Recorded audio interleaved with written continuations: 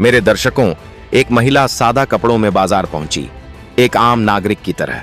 किसी को क्या पता था कि वह एक दमदार आईपीएस अफसर है।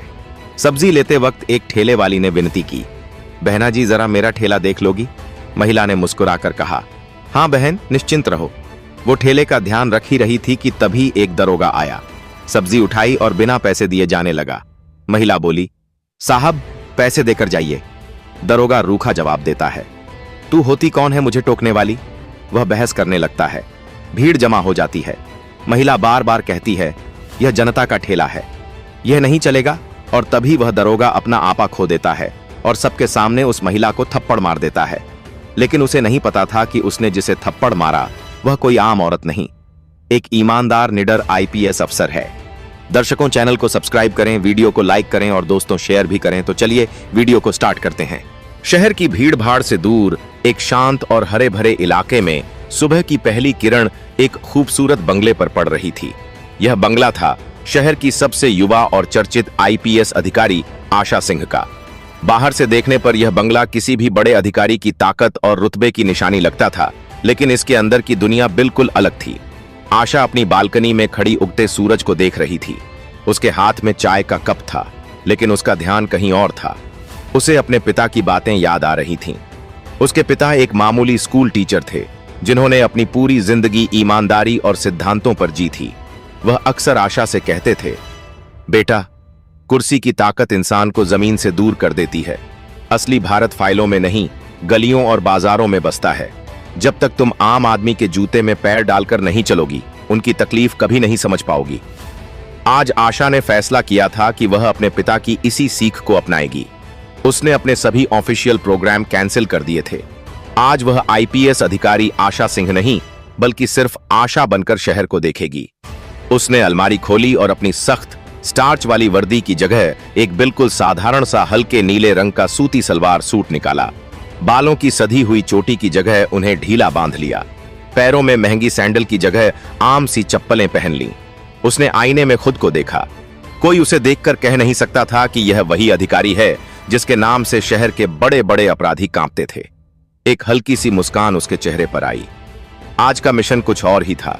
उसने अपने सुरक्षा कर्मियों को सख्त हिदायत दी थी कि वे दूर रहेंगे, सादे कपड़ों में रहेंगे और तभी दखल देंगे जब वह इशारा करे। वह अपनी पुरानी स्कूटी निकालकर बंगले से बाहर निकल गई। शहर की सड़कों पर हवा उसके चेहरे से टकरा रही थी और उसे एक अजीब सी आजादी महसूस हो रही थी। वह उस तरफ जा रही थी जहां शहर का सबसे पुराना और भीड़ भाड़ वाला सब्जी बाजार लगता था। वही बाजार जिसकी शिकायतें अक्सर फाइलों में दब कर रह जाती थीं। बाजार में पैर रखते ही आशा को एक अलग ही दुनिया का एहसास हुआ। हर तरफ शोर था। कोई चिल्ला रहा था, ताजा ताजा पालक ले लो। हवा में धनिया, मिट्टी और मसालों की मिली जुली महक थी। औरतें मोल भाव कर रही थीं, बच्चे इधर उधर भाग रहे थे और जिंदगी अपनी पूरी रफ्तार से चल रही थी। आशा धीरे धीरे चलते हुए लोगों को, उनके चेहरों को पढ़ रही थी। हर चेहरे पर एक कहानी थी, मेहनत की, उम्मीद की और कभी कभी थकान की। चलते चलते उसकी नजर एक छोटे से ठेले पर पड़ी। ठेले के पीछे एक अधेड़ उम्र की महिला बैठी थी, जिसके चेहरे पर चिंता और मेहनत की लकीरें साफ दिख रही थीं। उसका नाम था शांति देवी। शांति देवी का ठेला छोटा सा था, लेकिन उस पर सब्जियां करीने से सजी हुई थीं, जैसे कोई मां अपने बच्चों को सजाती है। टमाटर ऐसे चमक रहे थे जैसे किसी ने उन्हें पॉलिश किया हो और धनिया की गड्डी से ताजगी की खुशबू आ रही थी। आशा उसके ठेले के पास जाकर रुक गई। आलू कैसे दिए माताजी? आशा ने बहुत ही नरम आवाज में पूछा। शांति देवी ने नजर उठाकर देखा। एक सीधी सादी लड़की को देखकर उसके चेहरे पर एक हल्की सी मुस्कान आ गई। बस RS 20 किलो है बिटिया, तुम्हारे लिए अच्छा वाला तौल दूंगी। आशा मुस्कुराई। वह शांति देवी से बातें करने लगी। बातों बातों में पता चला कि शांति देवी विधवा है और उसके 2 छोटे बच्चे हैं, जिन्हें वह पढ़ा लिखाकर बड़ा आदमी बनाना चाहती है। वह सुबह 4 बजे मंडी जाती है, वहां से सब्जी लाती है और फिर दिन भर यहाँ ठेला लगाती है। उसकी बातें सुनकर आशा का दिल भर आया। यह वह भारत था जो फाइलों में कभी नजर नहीं आता था। अचानक शांति देवी के चेहरे पर चिंता की लकीरें और गहरी हो गईं। उसने आशा से कहा, बिटिया, एक छोटा सा काम करोगी? मेरा छोटा बेटा स्कूल से आने वाला है, लेकिन आज उसकी तबीयत ठीक नहीं है। मुझे पास वाली दुकान से उसके लिए दवा लानी है। क्या तुम बस 5 मिनट मेरे ठेले का ध्यान रख सकती हो? मैं दौड़कर गई और आई। उसकी आंखों में एक ऐसी सच्चाई और भरोसा था कि आशा मना नहीं कर सकी। उसे लगा शायद यही वह मौका है, यही वह परीक्षा है जिसके लिए वह आज घर से निकली थी। अरे माताजी, इसमें पूछने वाली क्या बात है? आप बिल्कुल फिक्र मत कीजिए, आराम से जाइए और अपने बेटे के लिए दवा ले आइए, मैं यहीं हूं, आशा ने पूरी गर्मजोशी से कहा। शांति देवी की आंखों में कृतज्ञता के आंसू आ गए। भगवान तुम्हारा भला करे बिटिया, कहकर वह जल्दी से बाजार की भीड़ में ओझल हो गई। अब आशा उस छोटे से ठेले के पीछे खड़ी थी, जिंदगी को एक बिल्कुल नए नजरिए से देख रही थी।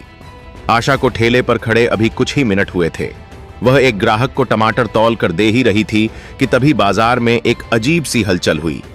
लोग सहम कर इधर उधर होने लगे। आशा ने देखा एक पुलिस की जीप आकर रुकी थी और उसमें से एक थुलथुले शरीर वाला दरोगा उतरा। उसकी वर्दी पर नाम की पट्टी लगी थी, रणवीर सिंह। रणवीर सिंह की चाल में अहंकार था। वह अपनी मूंछों पर ताव देता हुआ ऐसे चल रहा था जैसे बाजार उसके बाप की जागीर हो। छोटे मोटे दुकानदार उसे देखते ही डरकर सलाम ठोक रहे थे। वह किसी के ठेले से एक सेब उठा लेता तो किसी की दुकान से एक मूली। कोई कुछ कहने की हिम्मत नहीं करता था। सब जानते थे कि यह दरोगा हफ्ता वसूली और मुफ्तखोरी के लिए बदनाम है। घूमता घूमता रणवीर सिंह शांति देवी के ठेले के सामने आकर रुका। उसकी नजर चमकदार टमाटरों और ताजी गोभी पर पड़ी। उसने इधर उधर देखा। ठेले पर एक सीधी सादी सी लड़की को खड़ा देखकर वह मन ही मन मुस्कुराया। आज तो शिकार नया है, उसने सोचा। बिना एक शब्द कहे रणवीर सिंह ने एक बड़ा सा थैला निकाला और उसमें अपनी पसंद की सब्जियां भरने लगा। उसने 2 किलो आलू डाले, 1 किलो टमाटर, एक बड़ी सी गोभी और कुछ नींबू भी उठा लिए। उसका थैला लगभग भर चुका था। आशा चुपचाप सब देख रही थी। उसका खून खौल रहा था। उसे शांति देवी का थका हुआ चेहरा याद आ रहा था, जिसने अपनी पूरी जमा पूंजी इन सब्जियों में लगा रखी थी।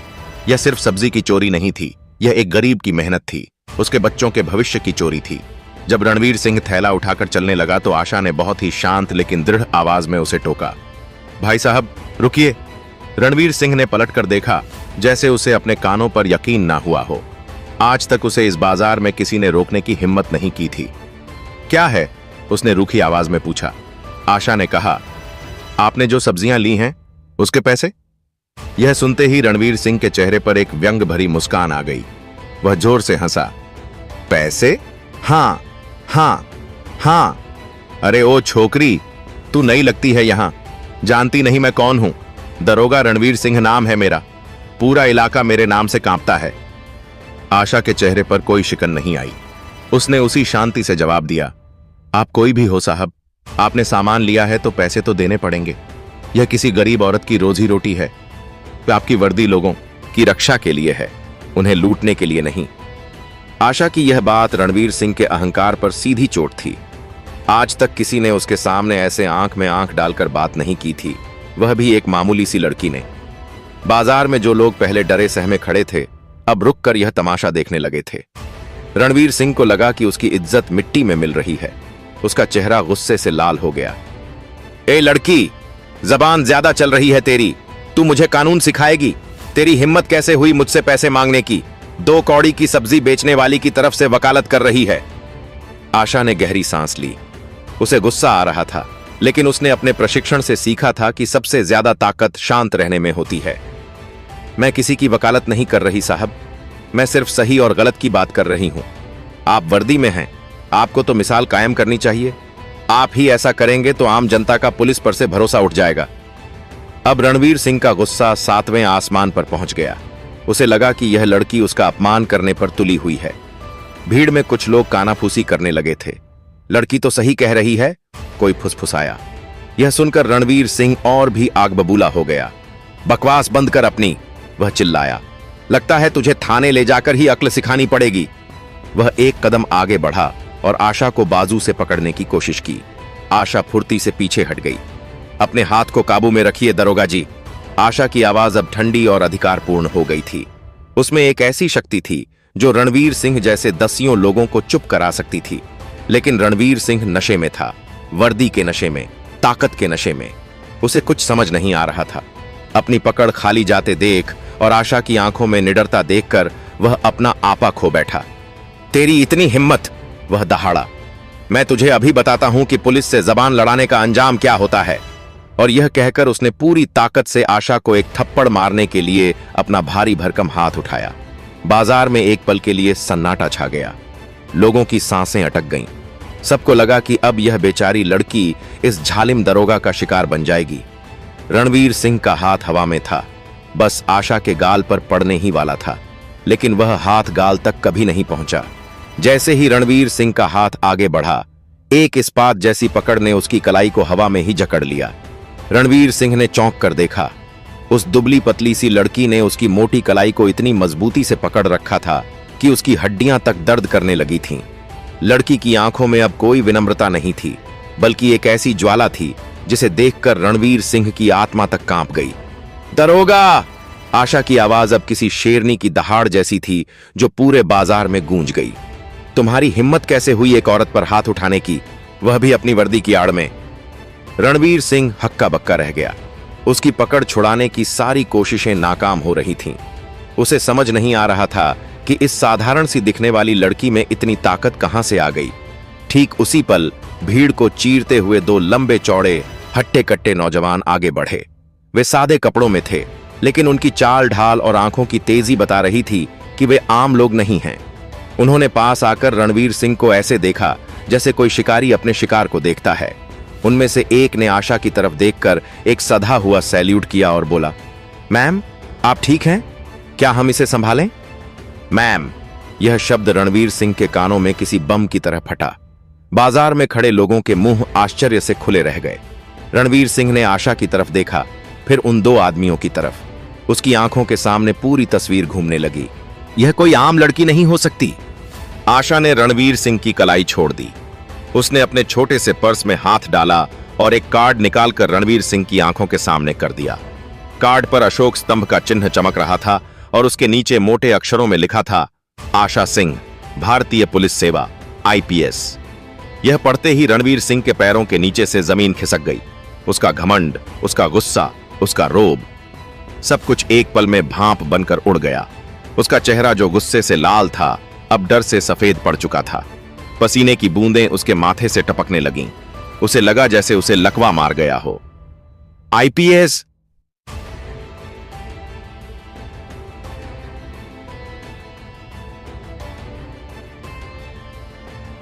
हकलाया। उसके मुंह से शब्द नहीं निकल रहे थे। जिस महिला को वह एक दो कौड़ी की सब्जरी वाली समझ रहा था, वह शहर की सबसे बड़ी पुलिस अधिकारियों में से एक थी। जिस पर वह हाथ उठाने जा रहा था, उसके एक इशारे पर उसकी पूरी जिंदगी बर्बाद हो सकती थी। हां, दरोगा रणवीर सिंह। आशा की आवाज में अब सत्ता का वह ठंडापन था जो किसी भी अपराधी की रूह कंपा दे। मैं वही IPS अधिकारी हूं जिसके डिपार्टमेंट को तुम जैसे लोग अपनी हरकतों से बदनाम कर रहे हैं। रणवीर सिंह की हालत देखने लायक थी। वह धड़ाम से आशा के पैरों में गिर पड़ा। मैडम जी, मुझे माफ कर दीजिए। बहुत बड़ी गलती हो गई मैडम, मैं आपको पहचान नहीं पाया। वह गिड़गिड़ाने लगा। उसकी आंखों में आंसू थे। आशा ने घृणा से उसकी तरफ देखा। मुझे नहीं, उन लोगों को पहचानो जिनकी तुम रोज इज्जत लूटते हो। उस गरीब औरत को पहचानो जिसकी मेहनत की कमाई तुम मुफ्त में ले जा रहे थे। तुम माफी के लायक नहीं हो। उसने अपने सुरक्षाकर्मी को इशारा किया, इसे यहीं खड़ा रखो, कहीं जाने ना पाए। फिर उसने अपना मोबाइल निकाला और सीधे पुलिस कमिश्नर को फोन लगाया। सर, मैं आशा सिंह बोल रही हूं। मैं इस वक्त सिटी सब्जी बाजार में हूं। यहां एक दरोगा रणवीर सिंह खुलेआम गुंडागर्दी और वसूली कर रहा था। मैंने उसे हाथों पकड़ा है। उसने मुझ पर हाथ उठाने की भी कोशिश की। मैं चाहती हूं कि उसे तुरंत सस्पेंड किया जाए और उसके खिलाफ पूरी विभागीय जांच बिठाई जाए। फोन के दूसरी तरफ से कमिश्नर की हैरान आवाज आई, लेकिन उन्होंने तुरंत कार्रवाई का आश्वासन दिया। यह सब होते हुए बाजार में जो लोग पहले डरे हुए थे, अब उनकी आंखों में एक चमक थी। उन्होंने आज अपनी आंखों के सामने न्याय होते देखा था। लोगों की भीड़ अब आशा के समर्थन में खड़ी हो गई थी। तभी भीड़ में से शांति देवी वापस आई। उसके हाथ में दवा की पुड़िया थी। उसने यह पूरा नजारा देखा। दरोगा जमीन पर पड़ा है, दो हट्टे कट्टे आदमी उसे पकड़े हुए हैं और वह सीधी सादी लड़की जिसे वह अपना ठेला सौंप कर गई थी, एक शेरनी की तरह खड़ी आदेश दे रही है। वह कुछ समझ नहीं पाई। आशा की नजर उस पर पड़ी। वह उसके पास गई। उसके चेहरे पर फिर से वही विनम्रता और मुस्कान लौट आई थी। माता जी, आप आ गईं। बेटा कैसा है अब? शांति देवी हकलाते हुए बोली। जी बिटिया, यह सब क्या हो रहा है? यह दरोगा और तुम? आशा ने उसके कंधे पर हाथ रखा। कुछ नहीं माताजी, बस थोड़ी सी गंदगी थी जो साफ हो रही थी। आप चिंता मत कीजिए, आज के बाद यह दरोगा या कोई भी पुलिस वाला आपको परेशान नहीं करेगा, यह मेरा वादा है। आशा ने अपनी जेब से पर्स निकाला, उसमें से 500 के 4 नोट निकाले और शांति देवी के हाथ में रख दिए। यह उन सब्जियों के पैसे हैं जो यह ले जा रहा था, और यह मेरी तरफ से आपके बेटे के लिए। उसकी अच्छी तरह देखभाल कीजिएगा। शांति देवी की आंखों से झरझर आंसू बहने लगे। वह कुछ बोल नहीं पा रही थी, बस हाथ जोड़कर खड़ी थी। आज उसे एक अधिकारी नहीं बल्कि एक बेटी मिली थी। आशा भीड़ की तरफ मुड़ी और बुलंद आवाज में कहा, आप सब लोग डरना बंद कीजिए। पुलिस आपकी सेवा के लिए है, आप पर रोब झाड़ने के लिए नहीं। जब भी कोई गलत करे, चाहे वह वर्दी में हो या बिना वर्दी के, उसके खिलाफ आवाज उठाइए। मैं आपके साथ हूं। लोगों ने तालियों की गड़गड़ाहट से उसका समर्थन किया। आशा अपनी स्कूटी की तरफ बढ़ी। आज उसका मिशन पूरा हो गया था। उसने फाइलों में नहीं बल्कि हकीकत में एक समस्या को सुलझाया था। आज उसने अपने पिता की सीख को सही मायने में जिया था। सूरज अब आसमान में ऊपर चढ़ चुका था और उसकी रोशनी में आईपीएस अधिकारी आशा सिंह का चेहरा एक नई उम्मीद और विश्वास से चमक रहा था। बाजार में जिंदगी फिर से अपनी रफ्तार पकड़ रही थी, लेकिन आज यहां की हवा में डर की जगह सम्मान और हिम्मत की महक थी। दरोगा का बदला और आशा की चुनौती, आशा सिंह के उस एक कदम ने पूरे शहर में तहलका मचा दिया था। दरोगा रणवीर सिंह का सस्पेंशन सिर्फ एक खबर नहीं थी, बल्कि उन सभी भ्रष्ट अधिकारियों के लिए एक चेतावनी थी जो वर्दी की आड़ में अपनी जेबें भर रहे थे। बाजार के लोग खुश थे। उन्हें पहली बार लगा था कि उनकी भी कोई सुनने वाला है। लेकिन कहानी अभी खत्म नहीं हुई थी, बल्कि असली लड़ाई तो अब शुरू होनी थी। सस्पेंड होने के बाद रणवीर सिंह गुस्से और बेइज्जती की आग में जल रहा था। वह उन लोगों में से नहीं था जो आसानी से हार मान लें। उस रात वह सीधे पहुंचा शहर के एक बड़े और पहुंचे हुए इंस्पेक्टर विशाल कपूर के पास। कपूर सिर्फ रणवीर सिंह का सीनियर ही नहीं, बल्कि उस पूरे इलाके में चल रहे हफ्ता वसूली के नेटवर्क का सरगना था। रणवीर सिंह जैसे दरोगा उसके लिए सोने का अंडा देने वाली मुर्गियां थे। कपूर साहब, गजब हो गया। उस नई आईपीएस मैडम ने मुझे सस्पेंड कर दिया। सारे बाजार के सामने मेरी वर्दी उतरवा दी, रणवीर सिंह ने गिड़गिड़ाते हुए कहा। इंस्पेक्टर कपूर ने अपनी कुर्सी पर बैठे बैठे सिगार का एक गहरा कश लिया और धुएं को हवा में उठाते हुए बोला, शांत हो जा रणवीर, तू कोई पहला नहीं है। ये नए नए अफसर जोश में होश खो बैठते हैं। इन्हें लगता है कि यह एक दिन में पूरा सिस्टम बदल देंगे, लेकिन सिस्टम पेड़ की जड़ों की तरह होता है, उसे हिलाना आसान नहीं। कपूर ने उसे भरोसा दिलाया, तू फिक्र मत कर, डिपार्टमेंट की इंक्वायरी मैं संभाल लूंगा। बस तुझे एक काम करना है, उस बाजार में जितने भी लोग गवाह बन सकते हैं, खासकर वह सब्जी वाली, उनका मुंह बंद करवाना होगा, प्यार से या दूसरे तरीके से। कपूर की आंखों में एक ठंडी और खतरनाक चमक थी। अगले ही दिन से बाजार का माहौल बदलने लगा। जिन लोगों ने कल आशा के सामने तालियां बजाई थीं, आज उनके चेहरों पर खौफ था। रात में कुछ अनजान लोगों ने बाजार के कई ठेलों को उलट पुलट दिया था। शांति देवी जब सुबह अपने ठेले पर पहुंची तो उसकी सब्जियां सड़क पर बिखरी पड़ी थीं। यह एक सीधी सीधी चेतावनी थी। आशा को जब यह खबर मिली तो वह समझ गई कि लड़ाई अब सिर्फ एक भ्रष्ट दरोगा से नहीं, बल्कि पूरे सिस्टम से है। इंक्वायरी के लिए उसे गवाहों के बयान चाहिए थे। वह फिर से उसी बाजार में पहुंची, लेकिन इस बार माहौल बिल्कुल अलग था। जिन लोगों ने कल उसे उम्मीद भरी नजरों से देखा था, आज वह नजरें चुरा रहे थे। आशा ने कई दुकानदारों से बात करने की कोशिश की। आप लोग डरिए मत, मैं आपके साथ हूं, बस आपको सच बताना है। लेकिन कोई भी बोलने को तैयार नहीं था। सबका एक ही जवाब था, नहीं मैडम, हमने कुछ नहीं देखा। हम अपने काम धंधे वाले लोग हैं, हमें इन सब चक्करों में नहीं पड़ना। आशा का दिल टूट गया। वह समझ सकती थी कि यह लोग क्यों डर रहे हैं। उनकी लड़ाई रोजी रोटी की थी। वे ताकतवर लोगों से दुश्मनी मोल नहीं ले सकते थे। आखिर में वह शांति देवी के पास पहुंची। शांति देवी चुपचाप अपनी बिखरी हुई सब्जियों को समेट रही थी। उसकी आंखों में आंसू थे। शांति माताजी, आशा ने नरमी से कहा, मुझे पता है आप डरी हुई हैं, लेकिन अगर आज हम सब चुप बैठ गए तो यह लोग और मजबूत हो जाएंगे। यह लड़ाई सिर्फ मेरी नहीं, हम सबकी है, आपके बच्चों के भविष्य की है। शांति देवी रो पड़ी। क्या करूं बिटिया, रात में 2 गुंडे आए थे, कह रहे थे अगर पुलिस के सामने मुंह खोला तो तेरे बेटे को स्कूल से उठा लेंगे। मैं एक मां हूं बिटिया, मैं अपनी औलाद को खतरे में नहीं डाल सकती, मुझे माफ कर दो। यह सुनकर आशा को गहरा धक्का लगा। उसे एहसास हुआ कि इन लोगों को सिर्फ भरोसा नहीं बल्कि सुरक्षा का ठोस यकीन दिलाना होगा। उसने शांति देवी के सिर पर हाथ रखा। आप रोइए मत, मैं आपसे वादा करती हूं, आपके बेटे को कोई छू भी नहीं पाएगा। आशा सिंह का मास्टर प्लान और न्याय की जीत। आशा ने तय कर लिया कि वह इन गुंडों को उन्हीं की भाषा में जवाब देगी। उसने अपनी टीम को एक्टिव किया और बाजार में सादे कपड़े में पुलिस की निगरानी बढ़ा दी। उसने शांति देवी के घर और उसके बेटे के स्कूल के बाहर भी सुरक्षा का इंतजाम कर दिया। अब बारी थी इस खेल के असली खिलाड़ी से मिलने की। आशा सीधे इंस्पेक्टर कपूर के ऑफिस पहुंची। कपूर उसे देखकर मुस्कुराया। अरे आइए मैडम, सुना है आप बहुत अच्छा काम कर रही हैं, शहर की सफाई कर रही हैं। उसकी बातों में तारीफ कम और ताना ज्यादा था। सफाई तो मैं कर ही रही हूं इंस्पेक्टर, आशा ने उसकी आंखों में आंखें डालकर कहा, लेकिन कुछ गंदगी बहुत गहरी और पुरानी है, उसे साफ करने में थोड़ा वक्त लगता है। कपूर समझ गया कि इशारा किस तरफ है। उसने अपना लहजा बदल लिया। देखिए मैडम, आप नई हैं, अभी आप सिस्टम को नहीं समझती। रणवीर सिंह ने जो किया गलत किया, लेकिन छोटी मोटी बातों को इतना तूल नहीं देना चाहिए। इंक्वायरी बंद कर दीजिए, लड़के से गलती हो गई।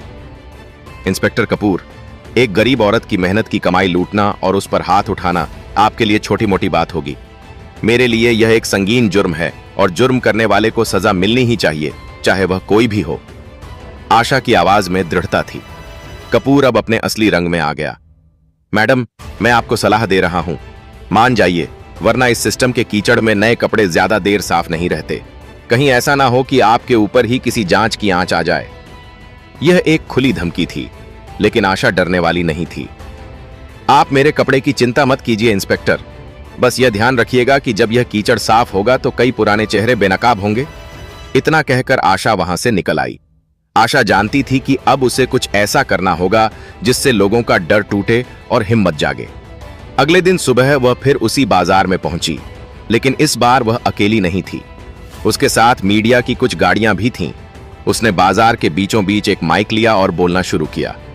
मेरे प्यारे भाइयों और बहनों, मैं आपसे वोट मांगने नहीं आई हूं।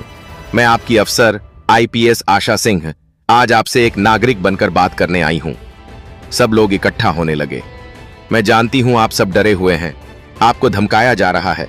आपको लगता है कि अगर आप सच बोलेंगे तो आपका नुकसान होगा, लेकिन मैं आपसे पूछती हूं, क्या चुप रहकर आप सुरक्षित हैं? क्या हर रोज इस घुटन और डर में जीना कोई जिंदगी है? उसकी आवाज में एक ऐसी सच्चाई थी जो सीधे लोगों के दिलों में उतर रही थी। आप अपने बच्चों को क्या सिखाएंगे, डर कर जीना या सिर उठाकर सम्मान के साथ जीना? फैसला आपको करना है। मैं आज आपसे एक वादा करती हूं, जो भी सच के लिए आगे आएगा उसकी और उसके परिवार की सुरक्षा की जिम्मेदारी मेरी है। एक भी खरोंच किसी को नहीं आने दूंगी। अब आपको चुनना है, डर या आजादी। माहौल में एक गहरा सन्नाटा था। लोग एक दूसरे का चेहरा देख रहे थे। तभी उस सन्नाटे को चीरती हुई एक आवाज आई। वह शांति देवी थी। वह भीड़ में से आगे आई। उसके हाथ कांप रहे थे, लेकिन आंखों में एक नई हिम्मत थी। मैं बयान दूंगी मैडम, उसने कांपती लेकिन बुलंद आवाज में कहा। मैं अपनी बेटी को डर कर जीना नहीं सिखा सकती। जो हुआ मैं वह सब बताऊंगी। जैसे ही शांति देवी ने यह कहा, एक और दुकानदार आगे आया। मैडम, मैं भी गवाही दूंगा। रणवीर सिंह ने मुझसे हर महीने RS 500 लिए हैं। फिर एक और। देखते ही देखते दसियों लोग आगे आ गए। डर की दीवार टूट चुकी थी। लोगों का हुजूम अब एक मजबूत आवाज बन चुका था। यह नजारा देखकर इंस्पेक्टर कपूर और रणवीर सिंह के पैरों तले जमीन खिसक गई। गवाहों की लंबी लिस्ट और पक्के सबूतों के साथ रणवीर सिंह का बचना नामुमकिन था। उसे न सिर्फ नौकरी से बर्खास्त किया गया, बल्कि वसूली और हमले के जुर्म में जेल भी हुई। साथ ही जांच की आंच इंस्पेक्टर कपूर तक भी पहुंची और उसके पूरे वसूली नेटवर्क का पर्दाफाश हो गया। उसे भी सस्पेंड करके उस पर एक बड़ी जांच बिठा दी गई। कुछ महीने बीत गए। शहर का वह बाजार अब बदल चुका था। वहां अब डर का नहीं, बल्कि भरोसे का माहौल था। शांति देवी का ठेला अब पहले से बड़ा हो गया था। उसका बेटा अब एक अच्छे स्कूल में पढ़ रहा था। एक दिन आशा फिर से सादे कपड़े में उस बाजार में पहुंची। शांति देवी ने उसे दूर से ही देख लिया और दौड़कर उसके पास आई। अरे बिटिया, तुम आज तो मेरे हाथ की चाय पिए बिना नहीं जाने दूंगी। दोनों एक बेंच पर बैठकर चाय पी रहे थे। शांति देवी ने कहा, बिटिया, तुमने हमें सिर्फ एक दरोगा से नहीं बल्कि उस डर से आजाद किया है जो हमारे अंदर सालों से बैठा था। आशा ने मुस्कुराकर कहा, यह मैंने नहीं, आप सबने मिलकर किया है माताजी। हिम्मत जब एक साथ आती है तो बड़े से बड़ा तूफान भी रास्ता बदल लेता है। तो दोस्तों, यह कहानी सिर्फ एक आईपीएस अधिकारी या एक दरोगा की नहीं है। यह कहानी है हिम्मत की, अच्छाई की और उस ताकत की जो हम सबके अंदर होती है। जैसे आशा ने अपनी कहानी से एक बदलाव लाया और जैसे शांति देवी की हिम्मत ने 100 लोगों को हिम्मत दी, वैसे ही आपकी एक लाइक और एक सब्सक्राइब हमें ऐसी ही और सच्ची और दिल को छूने वाली कहानियां आप तक पहुंचाने की हिम्मत देता है। दोस्तों, आप लोगों को हमारी यह कहानी कैसी लगी? अगर अच्छी लगी हो तो वीडियो को लाइक करें, चैनल को सब्सक्राइब करें और दोस्तों को शेयर भी करें। तो मिलते रहेंगे इसी तरह की दिलचस्प कहानी के साथ। तब तक के लिए जय हिंद, जय भारत।